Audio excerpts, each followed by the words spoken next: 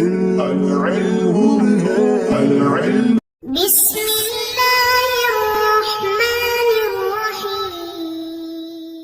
اللهم افتح علينا حکمتک وانشر علينا رحمتک یا ذا الجلال والاکرام۔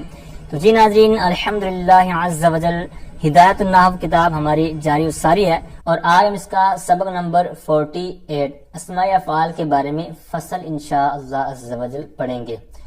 تو جیسا کہ آپ کو علم ہے کہ فی الحال ہماری جو بحث جاری و ساری ہے ہدایت النحو کے اندر، تو وہ ہے مشابہ مبنی الاصل کی جو اقسام ہیں ان کی تفصیل۔ تو تفصیل یعنی جو 8 اقسام تھی، تو ان کی ایک ایک کر کے یعنی ایک ایک سبق میں ہم ان کی ڈیٹیل بیان کر رہے ہیں۔ تو آج کی جو فصل ہے وہ اسماء افعال کے بارے میں ہوگی، چوتھی قسم جو اس میں سے آئے گی۔ اب سبق کا انداز آپ کو پتہ ہی ہے، تو پہلے عبارت لی جائے گی، پھر اس کا ترجمہ لفظی معنوی، پھر اس کے اوپر کچھ نہ کچھ بات کی جائے گی، پھر اسی طرح آخر کے اندر قرآن پاک یا احادیث سے انشاءاللہ اس کی مثالیں جو ڈھونڈی جاتی ہیں وہ انشاءاللہ آپ کے سامنے رکھی جائیں گی کہ کہاں پر ان کا استعمال ہوا ہے، ٹھیک ہے۔ اسی طرح دیگر بھی کچھ مثالیں یعنی اسماء افعال کی کچھ نہ کچھ مثالیں جو ڈھونڈ کر اکٹھی کی گئی ہیں، تو وہ بھی انشاءاللہ آخر میں آپ کے سامنے رکھی جائیں گی۔ پھر دیگر ضمنی کچھ قواعد ہوں گے اسماء افعال کے بارے میں۔ تو امید کرتا ہوں آپ کو یہ سبق اچھے انداز میں آپ سمجھنے کی کوشش کریں گے تو انشاءاللہ اچھے انداز میں سمجھ بھی آ جائے گا۔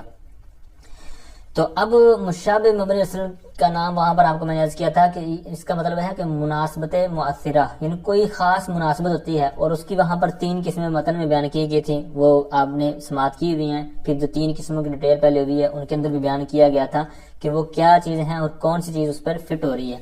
تو اب یہاں پر یہ اسماء افعال کو مبنی کے تحت، چونکہ آپ کو جس طرح کہ میں نے پہلے عرض کیا کہ مشابہ مبنی الاصل، تو اب چونکہ یہ مبنی کے تحت بیان ہو رہی ہیں، تو اب ان کی مبنی ہونے کی کیا وجہ ہے؟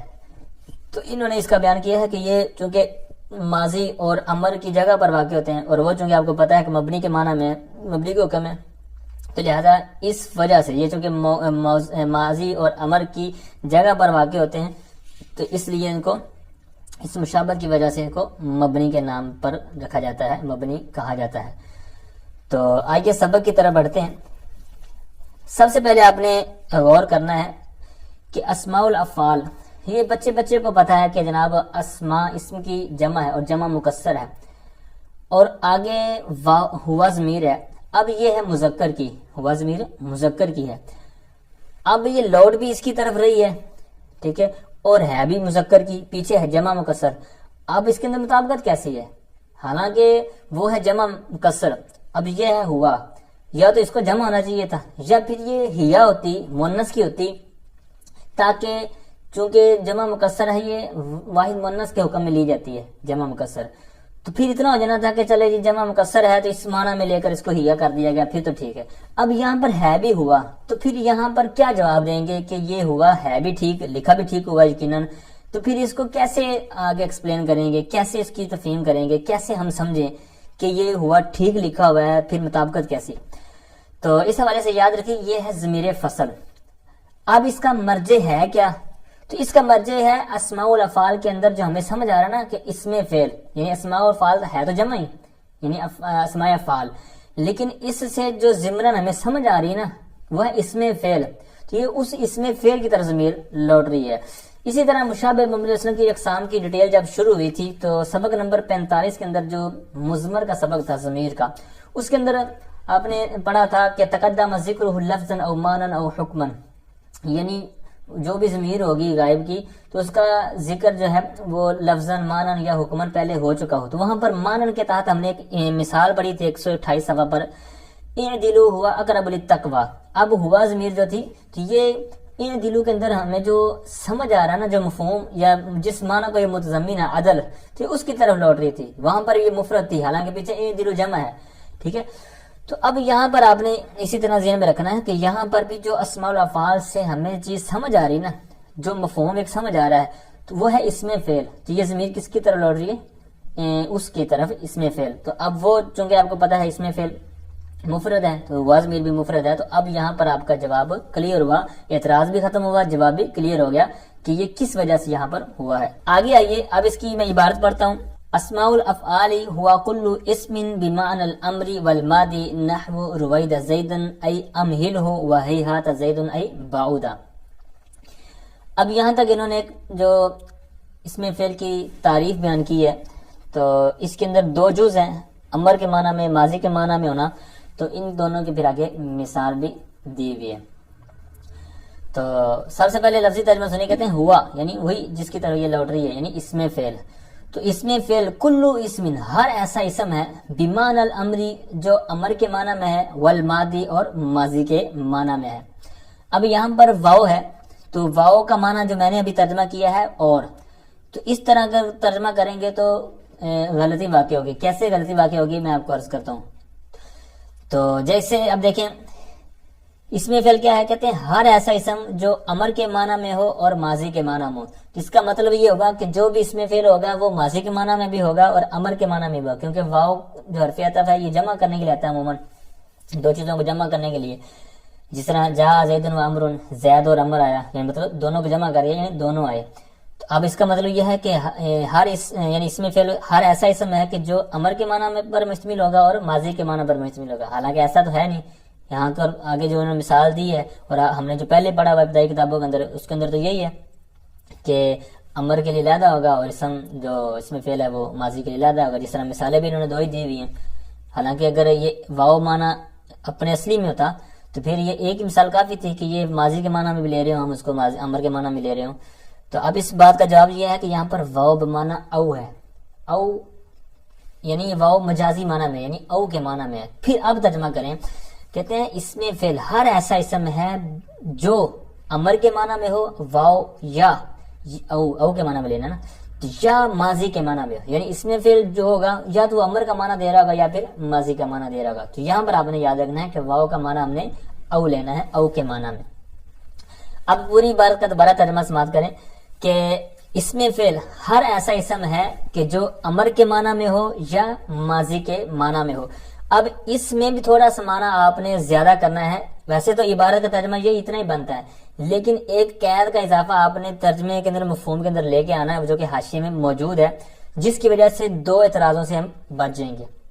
ٹھیک ہے، اب دوبارہ ترجمہ کریں اور ساتھ میں وہ آپ نے با اعتبار وضع کی قید لگانی ہے، یعنی پیدائشی طور پر، جیسا کہتے ہیں نا وضعی طور پر، پیدائشی طور پر، اس کی قید آپ نے لگانی ہے درمیان میں۔ پھر ایک اعتراض سے بچیں گے، وہ میں عرض کرتا ہوں۔ اس میں فعل ہر ایسا اسم ہے جو با اعتبار امر کے معنی میں ہو یا ماضی کے معنی میں ہو، یعنی با اعتبار وضع کے امر کے معنی میں ہو یا ماضی کے معنی میں ہو۔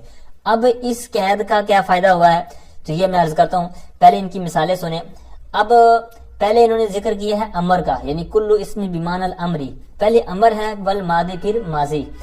اب سوال ذہن میں آتا ہے کہ بھائی ہم نے پڑھا ہے کہ مصدر سے ماضی بنتی ہے، یعنی مصدر سے آگے سارے افعال بنتے ہیں نا، جو گردانے وغیرہ ہم نے پڑھی ہیں، مصدر ہے، پھر اس سے آگے ماضی بنائی، پھر مضارع، پھر آگے امر، نہی، استفہام وغیرہ جو ساری جو بنتی ہیں، امر، نہی وغیرہ، ٹھیک ہے نا۔ تو اب وہاں پر ماضی ہے، پھر آگے چیزیں چلتی ہیں، تو ہونا تو یہاں سے چاہیے تھا کہ اسمن بمعنی الماضی والامری، یعنی پہلے ماضی کا ذکر ہوتا پھر امر کا ہوتا، تو انہوں نے اس کا الٹ کیوں کیا ہے؟ اس کا جواب یاد رکھیں کہ مصنف نے جو کتاب لکھی ہے، تو یہ جو انہوں نے مثال، یہ جو عبارت لکھی ہے، تعریف لکھی ہے، اس بنا پر لکھی ہے کہ جو کثرت کے ساتھ استعمال ہوتا ہے اس کو پہلے لے کے آئے ہیں۔ تو چونکہ امر کے معنی میں جو اس میں فعل ہے، اس کا استعمال ہے کثرت سے۔ آپ بھی آگے دیکھیں کہ جو آخر میں مثالیں عرض کروں گا تو ان کے اندر زیادہ طور پر یہ امر کے معنی میں ہوتا ہے، ٹھیک ہے۔ پھر ماضی چونکہ کم ہے تو اس لیے اس کو بعد میں رکھا ہے، ٹھیک ہے۔ اچھا، اب آئیے آگے ان کی مثالوں کی طرف۔ امر کی مثال کہتے ہیں، یعنی اس میں پھر امر کے معنی میں ہو، رویدہ زیدن، رویدہ زیدن، یہ زیدن آپ کے سامنے ہے، یہ مفعول بھی کی حالت میں، یعنی حالت نصبی میں ہے، مفعول بھی مر رہا ہے، اور رویدہ یہ اس میں فعل ہے۔ یہ مہلت دو تم زید کو، یعنی تم زید کو مہلت دو۔ آگے رویدہ کس امر کے معنی میں ہے، تو آگے انہوں نے خود بھی ذکر کر دیا ہے، امہل، اکرم کے وزن پر، ہو ضمیر یہ زید کی طرف راجع ہے، یعنی مفعول بھی، یعنی ضمیر متصل ہے، منصوب متصل، تو یعنی تم مہلت دو اس کو۔ اب یہاں پر امہل کا ترجمہ، جب امہل ہو کا ترجمہ کریں گے تو اس انداز میں کریں گے کہ تم مہلت دو اس کو، چونکہ غیب کی ضمیر ہے تو اس کو، تو اس کو لوٹ رہا ہے زید کی طرف، یعنی جو پیچھے والی مثال تھی نا، رویدہ زیدن، تم زید کو مہلت دو، یہاں پر زید کا ذکر کر کے ترجمہ کریں گے، اور آگے چونکہ ضمیر ہے، نام نہیں ہے، تو اس لیے اس کا نام اس انداز میں کر دیں گے۔ آگے ماضی کی جو انہوں نے مثال دی ہے وہی ہاتھ زیدن، اب یہ کس معنی میں ہے؟ جس طرح رویدہ امہلہ کے معنی میں تھا، اسی طرح ہی ہاتھ بعودہ کے معنی میں ہے ماضی. تو بعودہ زیدن کیا مطلب ہوا؟ زید دور ہوا. ٹھیک ہے، اب یہاں تک ان کی تعریف ہوئی. یعنی اس میں فعل کیا ہوتا ہے یہ آپ نے سماعت کیا کہ ہر ایسا اسم جو با اعتبار وضع کے امر یا ماضی کے معنی میں ہو. پھر دونوں کی ایک ایک مثال میں نے آپ کے سامنے رکھی. امر کو مقدم کیوں کیا یہ بھی میں نے وجہ عرض کی. اب آئیں کہ یہ جو درمیان میں یہ جو تعریف ہے اس کے اندر یہ تعریف اس طرح کیوں کی. اب سب سے پہلے یاد رکھیں یہ اسماء افعال ہیں تو ان کو اسماء کیوں کہا. ٹھیک ہے، تو اس کی وجہ سماعت کریں کہ اسماء افعال کو اسماء کیوں کہا. دوسری پہلی وجہ یہ ہے کہ کیونکہ اس کے جو صیغے ہیں افعال سے جدا ہیں. یعنی افعال کے صیغے آپ کو پتہ ہے ماضی، مضارع، امر وغیرہ، ان کے ایک باقاعدہ شیپ ہے، باقاعدہ ان کے اوزان ہیں، باقاعدہ ان کی گردانے ہیں، پورا ایک طریقہ کار ہے ان کے صیغوں کا. اور جو یہ اسماء افعال ہے تو ان کے اندر ایسی کوئی صورت نہیں ہے. ٹھیک ہے، ان کے بالکل یہ مخالف ہیں. دوسری صورت یہ ہے کہ ان کے اوپر کچھ اسم کی علامات بھی ظاہر ہوتی ہیں، جیسے کہ انہوں نے نیچے مثال یہ ساری واضح کی ہوئی ہے. پہلی وجہ بھی جو میں نے عرض کی، دوسری بھی، دوسری کے تحت کافی چیزیں بیان کریں گے. جیسے کہتے ہیں کہ یہ جو اسماء افعال ہیں ان دن تنقیر، یعنی جب نکرہ ہو تو اس وقت ان کے اوپر تنوین بھی آ جاتی ہے، یعنی اس کے اوپر تنوین لگا دیجیے. جیسے سا، ماہ، یہ اسماء افعال ہیں، لیکن جب یہ نکرہ کے معنی میں ان کو لینا ہو تو ماہن، ساہن. ٹھیک ہے، اسی طرح بعض کا ان کے اوپر جو لام ہے وہ بھی داخل ہو جاتا ہے. پھر اسی طرح ان کے اندر جو اسماء افعال ہوتے ہیں وہ مصدر سے، ظرف سے، جار مجرور سے منقول ہوتے ہیں. ٹھیک ہے، جس طرح آپ نے خلاصۃ النحو یا کوئی اور کتاب پڑھی ہے تو وہاں پر دیکھا ہوگا یہ جو اس میں فعل منقول ہے، ٹھیک ہے، مرتجل ہے، افن ہے، تو وہاں پر ایک قسم آپ نے جو پڑھی ہے کہ منقول والی. ٹھیک ہے، تو وہ بھی ان سے ہی آپ نے بنائی ہے. ٹھیک ہے، تو پھر اسی طرح آگے چلیں، ان کی جو انہوں نے مثال بیان کی ہے. اب یہ ساری جو چیزیں انہوں نے ذکر کی ہیں تو آخر میں انہوں نے اس کا کیا نتیجہ بیان کیا؟ کہتے ہیں ھذا دلیل ظاہر، کہ یہ واضح دلیل ہے علی اسمیتھا، ان کے اسم ہونے پر. یعنی پتہ چلا کہ یہ افعال نہیں ہے بلکہ اسماء الافعال، یعنی اس میں فعل ہے، فعل نہیں ان کو کہہ سکتے. ٹھیک ہے، تو اب اسی طرح جب ان کی ہم ترکیب کریں گے تو اب اس وقت ہم ان کو جملہ فعلیہ نہیں کہیں گے. ٹھیک ہے، جملہ اسمیہ انشائیہ کہیں گے. ٹھیک ہے، تو یہ مطلب اپنے مبدا اور پھر اسی طرح آگے جو فاعل ہوگا، یعنی جس طرح زید ہے، ہی ہاتھ زیدن، تو یہ فاعل قائم کم خبر کے ہوگا. پھر اس طرح یہ جملہ اسمیہ انشائیہ کے طور پر اس کو لیں گے. اب آگے انہوں نے کہا تھا کہ امر کے معنی میں ہو یا پھر ماضی کے معنی میں ہو. اس پر ایک اعتراض ہوتا ہے، حاشیہ نمبر 2 کے اندر انہوں نے بیان کیا ہوا ہے. پھر ضمناً جو وضع کی قید میں نے لگائی اس کا بھی انہوں نے آگے اس کا جواب دیا ہوا ہے ایک اعتراض بنا کر. تو سب سے پہلے یہ سماعت کریں کہ اعتراض کرنے والے نے کہا کہ آپ نے 2 میں حصر کیسے کر دیا، یعنی آپ نے 2 ہی قسمیں کیوں بنائی کہ اس میں فعل یا ماضی کے معنی میں ہوگا یا امر کے معنی میں ہوگا، حالانکہ ہم آپ کو تیسری قسم بھی دکھاتے ہیں کہ وہ مضارع ہے. تو آپ کیسے کہہ سکتے ہیں کہ یہ 2 قسمیں ہیں؟ جیسے اس نے میں آگے مثال دی ہے، قرآن پاک کے اندر آتا نا لا تقل لہما اف، یعنی والدین جب بڑھاپے میں پہنچے تو ان کو اف نہ کہو. اب یہ جو اف اس میں فعل ہے، اب یہ کہتے ہیں بیمانہ اتدجرو، اسی طرح اوہ بیمانہ اتوجعو، جسے بتا درد میں کہتا ہے نا اوہ، تو یہ وہ اس میں فعل ہے. اسی طرح اف، تو یہاں پر کہتے ہیں کہ یہ تو مضارع کے معنی میں، واحد متکلم کے دونوں سیکھیں یعنی ان کے معنی میں ہے. تو آپ نے کیسے کہہ دیا کہ یا تو امر کے معنی میں ہوگا یا ماضی کے معنی میں ہوگا؟ تو کہتے ہیں کہ یہاں پر یہ جو دونوں آپ نے سیکھے نکالے ہیں واحد متکلم کے، یہ واحد متکلم ماضی کے معنی میں تجدرت اور توجعت. ٹھیک ہے، تو یہاں پر یہ ماضی کے معنی میں، لیکن مضارع حال سے اس کو تعبیر کیا ہے انشاء کے معنی پر دلالت کرنے کے لیے، کیونکہ وہ بہتر ہوتا ہے. تو پھر یہ اعتراض کا جواب ہوا. پھر اعتراض ایک بنتا ہے اس پر جو میں نے وضع کی قید لگائی نا. اب وضع کی قید نہ لگاتے، جو میں نے کہا تھا نا کہ ہر، یعنی اس میں پھر کیا ہے کہ ہر ایسا اسم جو با اعتبار وضع کے امر کے معنی میں ہو یا ماضی کے معنی میں ہو، اگر با اعتبار وضع کی قید نہ لگائیں تو پھر یہ اعتراض آتا ہے کیا؟ انہوں نے کہا کہ الضارب امس، کل، یعنی کل مار، کل کے معنی میں ہوگا الضارب امس. ٹھیک ہے، مطلب الذی ضرب، یہ جس، یعنی وہ شخص جس نے کل مارا. تو اب الضارب امس، امس آنے کی وجہ سے یہ ہو گیا ہے ماضی کے معنی میں اس میں فائل. اب یہ ماضی کے معنی میں ہوا اب اس کی قید نہ لگاتے وضع طور پر تو پھر یہ اعتراض آنا تھا لازم، کسی نے کہنا تھا کہ بھائی پھر اس کو بھی اس میں فعل کہو، حالانکہ اس میں فعل نہیں ہے۔ پھر اس کا جواب ہم نے وہی دیا جو پہلے ہم نے تعریف کے اندر کہہ دیا کہ باعتبار وضع کے، تو اب باعتبار وضع کی قید جو لگائی ہے اس کی وجہ سے یہ اعتراض ہم پر لازم نہیں آئے گا۔ کیوں؟ کوئی ہمارے سامنے جب یہ مثال پیش کرے گا تو ہم اس کو کہہ دیں گے کہ بھائی ہماری تعریف کے اندر قید ہے کہ وہ باعتبار وضع کے ہو، یہاں پر باعتبار وضع کے نہیں ہے بلکہ امس آنے کی وجہ سے، جیسے ہی اس کے ساتھ امس لاحق ہوا ہے، جیسے اس کے ساتھ امس اٹیچ ہوا ہے تو اس کی وجہ سے اس کے اندر ماضی والا معنی ہوا ہے، وگرنہ اس کے اندر ماضی کا معنی نہیں ہے۔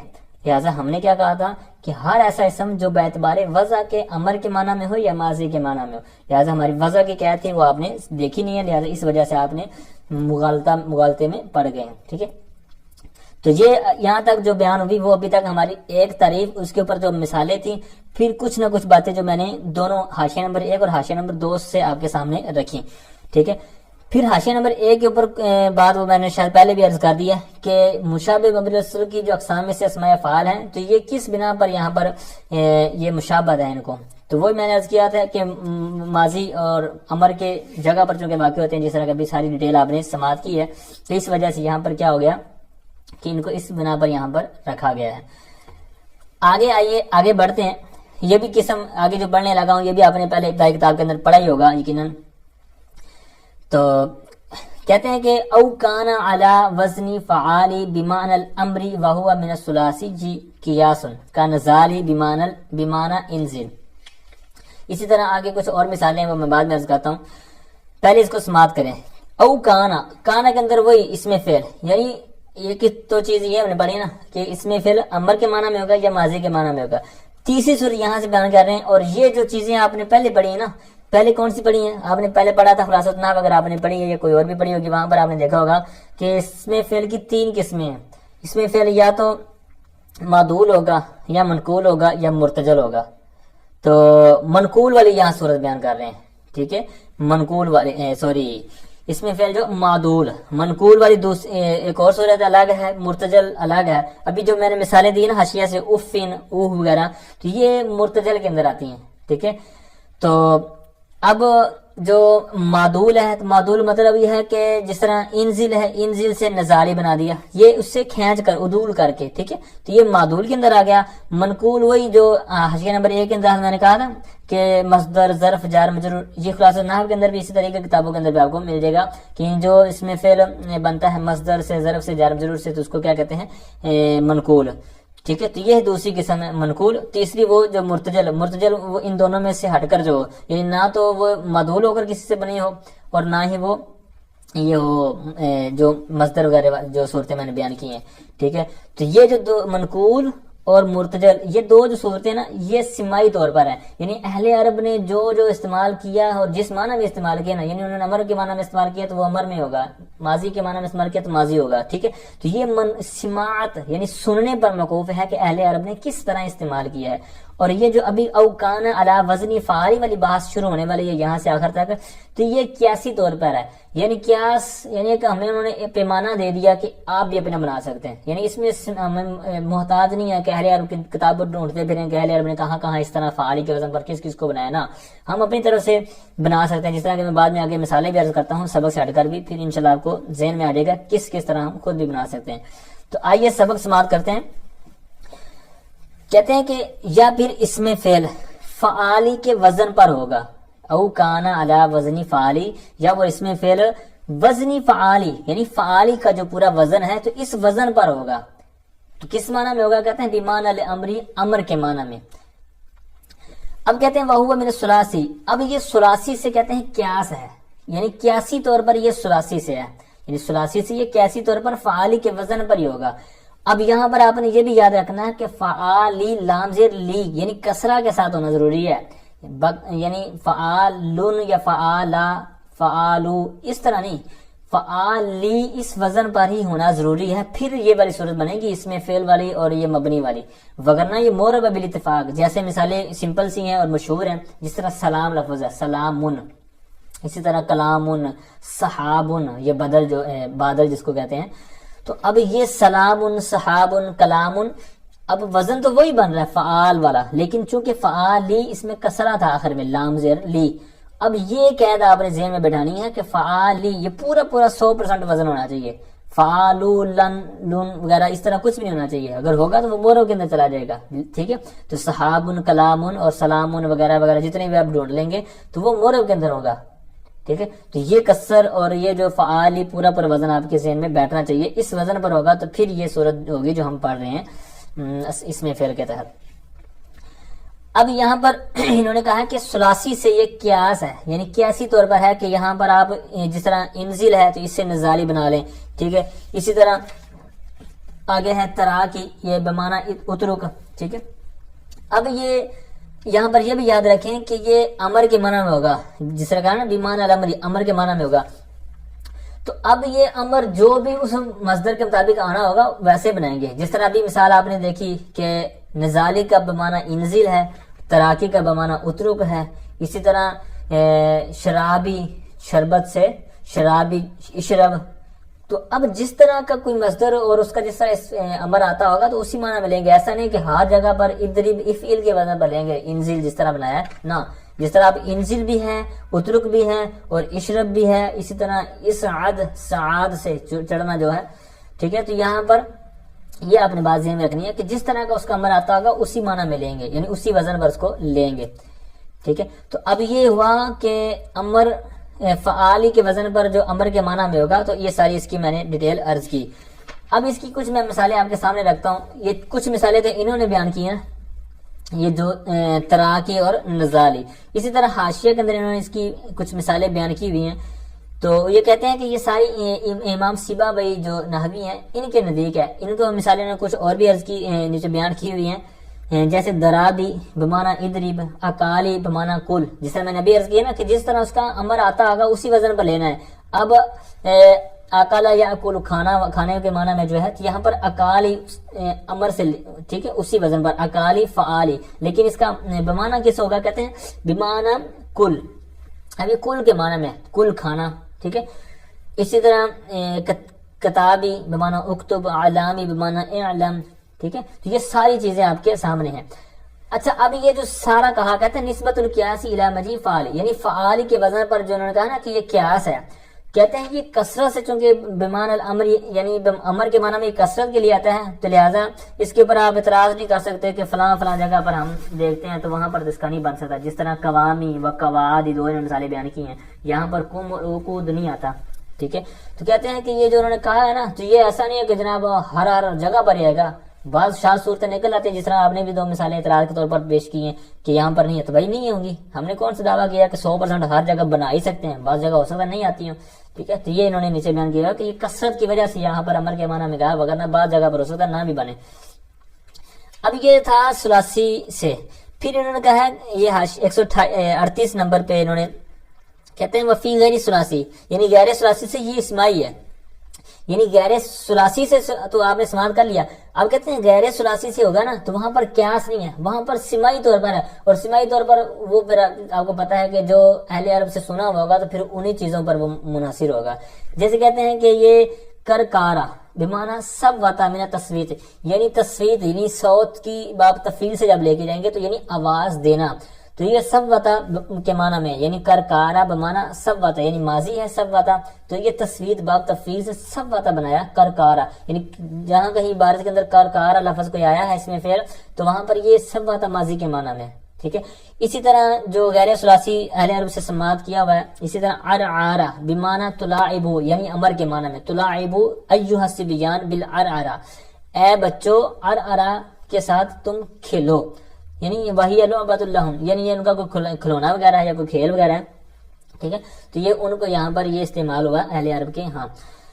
ٹھیک ہے, تو یہ تھا غیر ثلاثی سے. اور پہلے جو باتیں آپ نے سماعت کی ہیں وہ ہیں ثلاثی سے. ٹھیک ہے, تو یہ کچھ چیزیں آپ نے سماعت کی جو میں نے آپ کے سامنے رکھی ہیں. آئیے آگے بڑھتے ہیں. فرماتے ہیں کہ وَيُلْحَقُ بِهِ فَعَالِ مَصْدَرًا مَعْرِفَةً كَفَجَارِ بِمَعْنَى الْفُجُورِ. اب یہاں سے 3 صورتیں آگے بیان ہونے والی ہیں. یہاں تک میں نے ایک بیان کی ہے, او صفتاً سے دوسری ہے, او علامان سے آگے تیسری صورت ہے. ان تینوں کے بارے میں آخر میں فرمائیں گے, جس طرح آپ دیکھ رہے ہوں گے کہ وَهَٰذِهِ الثَّلَاثَةُ لَيْسَتْ مِنْ أَسْمَاءِ الْأَفْعَالِ, کہ یہ اسماء افعال میں سے نہیں ہے. ابھی جو پیچھے صورت آپ نے یہاں تک پڑھ چکے ہیں وہ یہ ہے کہ اسماء افعال چونکہ ہم مبنی کے تحت پڑھ رہے ہیں, مشبہ مرسل, اب یہ مبنی نہیں ہے، یعنی اسماء فاعل میں نہیں ہے، تو جب اسماء فاعل میں نہیں ہے تو وہ گویا کہ مبنی بھی نہیں ہے، لیکن چونکہ مبنی کے تحت ذکر کیا ہے تو اس لیے اس کے تحت ذکر کیا ہے، لیکن ان کا حکم لگ جائے ان کے اوپر، یعنی حکم جو ان کا ہے وہ یہاں پر لگ جائے گا، یعنی یہ بھی مبنی ہوں گے، لیکن کن کن وجوہ سے ہوں گے، کیا کیا وجہ ہیں، کیا کیا چیزیں ان کے اندر چھپی ہوئی جن کی وجہ سے ان کو پھر مبنی کہہ دیا، یہ آپ نے سماعت کرنا ہے توجہ کے ساتھ سماعت کریں گے تو انشاءاللہ آپ کو اچھے سے سمجھ آ جائے گی۔ تو ایک تین صورتیں ہیں، تینوں کو میں ایک ایک کر کے عبارت کے ساتھ آپ کے سامنے رکھتا ہوں۔ تو پیچھے والی عبارت فعالی والی یقیناً آپ کو سمجھ آئی ہوگی، یہاں سے آپ نے اس کے ساتھ اس کو اٹیچ کرنا ہے، جس طرح کہ خود کہہ رہے ہیں، کہتے ہیں یلحق بہ، ٹھیک ہے۔ تو اب کہتے ہیں ویلحق بہ، لاحق کیا جاتا ہے اس کے ساتھ، بہ کا مرجع یعنی وہ جنہوں نے نیچے بیان کیا ہوا ہے یلحق بفعالی، یعنی جو پیچھے والا فعالی پڑھ چکے ہیں نا، تو وہ تو کیا تھا مبنی، جس طرح کہ آپ پڑھ چکے ہیں۔ اب اس کو اس کے ساتھ لاحق کیا جاتا ہے بھائی کس میں، تو یہ مبنی ہونے میں، یعنی امر کے معنی میں مبنی ہونے میں، جس طرح وہ تھا تو یہاں پر بھی اس کو اس کے ساتھ لاحق کیا جاتا ہے۔ تو یہ اگرچہ اسماء فاعل میں سے نہیں ہے، تو جب اسماء فاعل میں سے نہیں ہے تو یہ تھے مورب، اب جب اس کو لاحق کر دیا گیا ہے تو لہذا اب وہ حکم ان کے اوپر بھی لگے گا، تو لہذا یہ بھی مبنی ہوں گے۔ آگے صورت آ رہی ہے، پھر ان کے اندر شرط ہونا ضروری ہے کہ کس کس طرح ہونا چاہیے، ٹھیک ہے۔ تو اب یہ آپ نے یاد رکھنا ہے کہ یہ لاحق کیا جاتا ہے مبنی ہونے میں، بنا میں، جس طرح کہ یہ خود بھی نیچے بیان کر رہے ہیں، کہتے ہیں یلحق بفعال بمعنى الامر فی البناء، ٹھیک ہے، فعالی مصدرا معرفتا، یہ پوری بات آگے انہوں نے نیچے ذکر کی ہوئی ہے۔ اب ترجمہ نیچے والا حاشیہ ملا کر کریں گے تو زیادہ سمجھ آئے گا آپ کو۔ کہتے ہیں فعالی بمعنی امر کے ساتھ لاحق کیا جاتا ہے مبنی ہونے میں، بنا ہونے میں، مبنی ہونے میں فعالی بمعنی امر کے ساتھ لاحق کیا جاتا ہے اس فعالی کو اس حال میں کہ وہ مصدر معرفہ ہو، یہ اسی نائب فاعل سے حال بنیں گے، تو مصدر معرفہ ہو۔ دو صورتیں انہوں نے یہاں، دو قیدیں، دو شرطیں، دو کنڈیشنز لگائی انہوں نے، یعنی اس کا اس کے ساتھ ملحق ہونے میں، اس کے ساتھ الحاق کرنے میں، یعنی اس کے ساتھ لاحق کر کے اس کو مبنی کرنے کے اندر دو چیزیں ہونا ضروری ہیں، ایک تو یہ ہے کہ وہ مصدر ہو اور بھی معرفہ، ٹھیک ہے۔ جیسے کہتے ہیں کہ فجاری، اب یہ فجاری فعالی کے وزن پر تو بن گیا، اب یہ اس میں فعل ہے بھی نہیں کہ ہم اس کو مبنی کے تحت لے لیں، لیکن اس کے ساتھ جب لاحق کرنا ہے تو اس کے اندر دو چیزیں دیکھنی، ایک یہ ہے کہ یہ مصدر ہو، دوسرا یہ کہ معرفہ بھی ہو۔ جیسے کہتے ہیں الفجور، یہ فجاری فجور الفجور کے معنی میں ہے، صرف فجور کے معنی میں نہیں، الفجور کے معنی میں ہوگا اور مصدر بھی ہے، تو اس وجہ سے جا کر یہ پھر اس قسم کے تحت جب دونوں شرطیں پائے گی تو اب یہ اس کے اندر مناسبت پائے گی، ٹھیک ہے۔ اب یہ دو چیزیں تو کلیئر ہوئی کہ مصدر بھی ہے، معرفہ بھی ہے، لہٰذا یہ فعالی کے وزن پر ہے اور امر کے معنی میں لے کر ہم اس کو کیا کر دیں گے، یہاں پر یہ ہو جائے گا اس کا اس میں فعل کے ساتھ اس کی گویا کہ مناسبت ہوگی اور یہاں پر مبنی کے تحت پایا گیا۔ اب یہاں پر آپ نے یہ سماعت کرنا ہے کہ مصدر کی قید کیوں گئی اور معرفہ کی کیوں گئی۔ معرفہ کی تو سمپل سی ہے کہ اہل عرب کے ہاں یہ معرفہ ہی طور پر استعمال ہوتے ہیں، ٹھیک ہے، جس طرح اس کا نیچے بھی میں نے کیا کہتے ہیں، اس لیے کہ یدل علی ذلک کا قول، یعنی اس پر ان کا قول بھی دلالت کریں، یہ جو اہل عرب ہیں، جیسے فجاری القبیحۃ، اسی طرح فجاری الشدیدۃ، تو یہ جو ہوتا ہے نا فجاری کا وزن، تو یہ اس کی صفت جو لے کے آتے ہیں ان کے نزدیک اہل عرب ہاں یہ اس کی معرفہ ہی لے کے آتے ہیں، یعنی ان کا قول بھی اس پر دلالت کرتا ہے کہ یہ اس کی صفت معرفہ طور پر ہی لے کے آتے ہیں اور مصدر ہی لے کے آتے ہیں۔ معرفہ کیوں لے کے آتے ہیں تو میں نے عرض کر دیا کہ اہل عرب کا استعمال ہی اسی طرح ہے۔ مصدر کیوں لے کے آتے ہیں تو آپ کو پتا ہے کہ جو مصدر ہوتا ہے، تو اب یہاں پر چونکہ آپ کو پتا ہے کسی خاص مناسبت سے، وہ مناسبت کیا ہے وہ آگے آخری لائن کے اندر زیادہ اس کی ڈیٹیل آئے گی، وہ میں یہاں پر تھوڑا سا اشارتاً یہ بات سمجھانے کے لیے وہ کرنی ہی پڑے گی۔ تو اب چونکہ آپ کو پتا ہے کہ یہ اس میں فعل نہیں ہے، یہ تینوں قسم جو بیان کر رہے ہیں، تو اس کو یہاں پر جس طرح انہوں نے آخر میں کہا نا کہ انما ذکرت ہا ہونا للمناسبت، یہاں پر خاص مناسبت کے ساتھ کی وجہ سے ان تینوں کو یہاں پر ذکر کیا گیا ہے، جو تین قسمیں ہیں، مصدر معرفہ، اسی طرح صفت للمؤنث اور دوسرا ہے تیسری علامن للآیان المؤنثہ۔ اب وہ مناسبت ہے کیا، وہ بھی حاشیہ نمبر 4 کے اندر انہوں نے ذکر کی ہے، عدل اور وزن والی۔ اب آپ کو پتا ہے کہ وزن، تو آپ کو پتا ہے کہ فعالی والا وزن تو کلیئر ہے، وہ تو آنکھیں بند کر کے پتا چل رہا ہے کہ وزن ان کا ایک ہے۔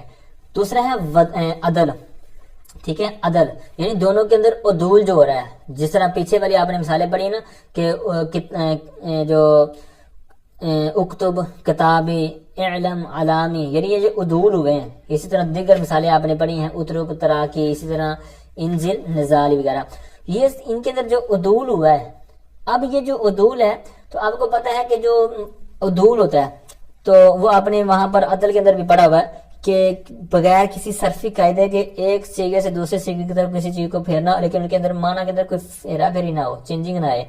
اب چینجنگ نہ آئے تو اس کے لیے مصدر ضروری ہے، کیونکہ مصدر ایسا ہے جس طرح اب درب ہے. اب درب مصدر سے آپ ماضی بنا لیں، مضارع بنا لیں، امر بنا لیں، اس میں فاعل بنا لیں، اس میں مفعول بنا لیں، یا کوئی گردان بھی بنا لیں، کوئی صیغہ بھی آگے لے جائیں، تو جو مصدری معنی اس کے اندر پایا جاتا ہے نا وہ ہر جگہ پر پایا جائے گا، یعنی اس کے اندر چینجنگ نہیں آئے گی. تو اس وجہ سے چونکہ یہاں پر عدل اور وزن والی خاص مناسبت ہے، ٹھیک ہے، خاص مناسبت کی وجہ سے ہی اس کو الحاق کیا گیا نا، الحاق کیا گیا اور ان کو مبنی بنایا گیا. تو اس خاص وجہ سے چونکہ عدل اور وزن تو واضح کلیئر ہے، اور عدل کے اندر بھی ایک قاعدہ ہے جس طرح میں نے عرض کیا بھی، تو اس لیے وہ چونکہ مصدری معنی کے اندر خاص طور پر پائی جاتی ہے کہ اس کے اندر وہ چینجنگ نہیں آتی، جتنے مرضی آپ سیگے چینج کر لیں لیکن اندر اس کے اندر تبدیلی نہیں آتی معنی والی. تو لہٰذا یہ والی انہوں نے اس وجہ سے کہہ دیا کہ وہ مصدر ہو، معرفہ ہو. امید کرتا ہوں یہ بات تھوڑی سی باریک تھی، آپ کو سمجھ آئی ہوگی، نہ سمجھ آئی تو پھر بھی ریپیٹ کر کے ایک دفعہ ضرور سماعت کریں. اچھا، یہ آپ کو میں نے پہلی قسم بیان کی، یعنی یلحق بہ فعالی مصدرا معرفتن، یعنی دوبارہ اس عبارت کا ترجمہ میں دوبارہ عرض کر دیتا ہوں اور پھر وضاحت آپ سن لیجئے گا دوبارہ پیچھے کر کے. تو کہتے ہیں کہ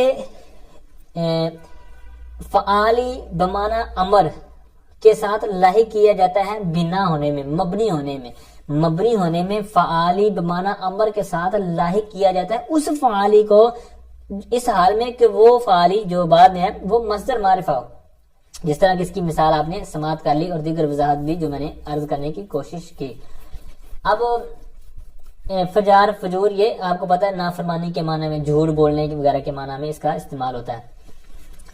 دوسری قسم بیان کر رہے ہیں جس کو لاحق کیا جاتا ہے، وہ فعالی کہتے ہیں وزن ہو صفاتن للمؤنث، یہ اسی عبارت پر اس کا عطف کرتے چلے جائیں. فعالی مصدر معرفتن، اسی طرح فعالی صفاتن للمؤنث، اسی طرح تیسری قسم جو آگے آنے والی ہے. اچھا، تو وہ فعالی کیا ہوگا؟ کہتے ہیں مؤنث کے لیے صفت ہوگا. جیسے اس کی مثال دیتے ہیں، کہتے ہیں کفساکی بمعنی فاسقتن. اب یہاں پر فساکی یہ اس کے وزن پر آیا، فعالی کے وزن پر، لیکن جو قید انہوں نے لگائی ہے کہ مبنی ہونے کے لیے جو خاص مناسبت جو یہاں پر پائی جا رہی ہے اس کی، چونکہ اس میں فعل کے ساتھ، یہ اس میں فعل ہے نہیں لیکن اس کے ساتھ مناسبت ہے، تو یہاں پر ایک کنڈیشن انہوں نے لگائی، شرط لگائی، وہ کیا ہے کہ مؤنث کے لیے صفت ہو. تو یہ فساکی ہے، یہ مؤنث کی صفت ہے، یعنی یہ مؤنث کی صفت کے طور پر لیتے ہیں. جیسے فاسقہ، فاسقاتن بمعنی فاسقتن یہاں پر عبارت کے اندر ہوگا، لیکن فاسقہ، تو اب یہاں پر فاسقاتن کے معنی میں ہے، تو لہذا یا فساکی یہ اس کے تحت اس کو لاحق کر دیا گیا. تو لہذا یہاں پر کیا ہو جائے گا کہ یہاں پر اس کو مبنی کے ساتھ لاحق کر دیا، یعنی گویا کہ یہ بھی مبنی بن گیا. اسی طرح ایک اور انہوں نے مثال اس کی دی، کہتے ہیں یا لکائی بمعنی لاکعتن، تو یہاں پر لکائی وزن بن گیا فعالی والا. اسی طرح فساکی فعالی کے وزن پر تو بن گیا، وہ فاسقتن کے معنی میں تھا، یہ لاکعتن کے معنی میں ہے، یعنی یہ ہے کمینی کے معنی میں. ٹھیک ہے، تو اب یہ کمینی کے معنی میں عورت، یعنی کمینی عورت. ٹھیک ہے، تو اب یہ عورت کی صفت بن گئی نا، کمینی عورت. اسی طرح فاسقہ عورت، تو یہ اس کی صفت بن گئی. تو یہی انہوں نے کہا کہ وہ مؤنث کی صفت ہو. تیسری صورت بیان کر رہے ہیں، یعنی تیسری صورت کس کی کہ وہ اس میں فعل نہیں ہے، اس میں فعل کے ساتھ لاحق کیا جاتا ہے، یعنی اس میں فعل بھی وہ جو فعالی کے وزن پر ہے. تو پہلی مصدر معرفہ والی صورت بیان کی، دوسری صفت مؤنث کے لیے جو ہے، تیسری صورت یہاں سے، ٹھیک ہے، اس کے پر اس کا عطف ہے، یہ توجہ کے ساتھ آپ نے استعمال کرنا ہے. اب تیسری صورت کہتے ہیں کہ وہ علم ہو آیان مونسا کا، علم للآیان المونستی، آیان مونسا، عین کی جمع آیان، اس کے اوپر جو الف لام ہے جو وہ ہے جنس کا، ٹھیک ہے، جمعیت جو اس کی جمعیت اس کو اس نے باطل کر دیا. بہرحال آیان جو مونسہ ہے، ذوات جو مونس ہیں، ان کے لیے وہ علم ہو. جیسے اب کتامی، غلابی، حداری، یہ تین وزن فعال کے وزن پر ہیں. اب ان کی جو شرط ہے یہ والی آیان مونسہ کا علم ہو، اب یہ شرط پائی جائے گی تب اس صورت میں جا کر یہ اس کے ساتھ اس کی جو شرطیں پوری ہوں گی تو اس معنی میں پھر جا کر اس کا کیا بن جائے گا، مبنی کے ساتھ اس کا لحوق ہو جائے گا.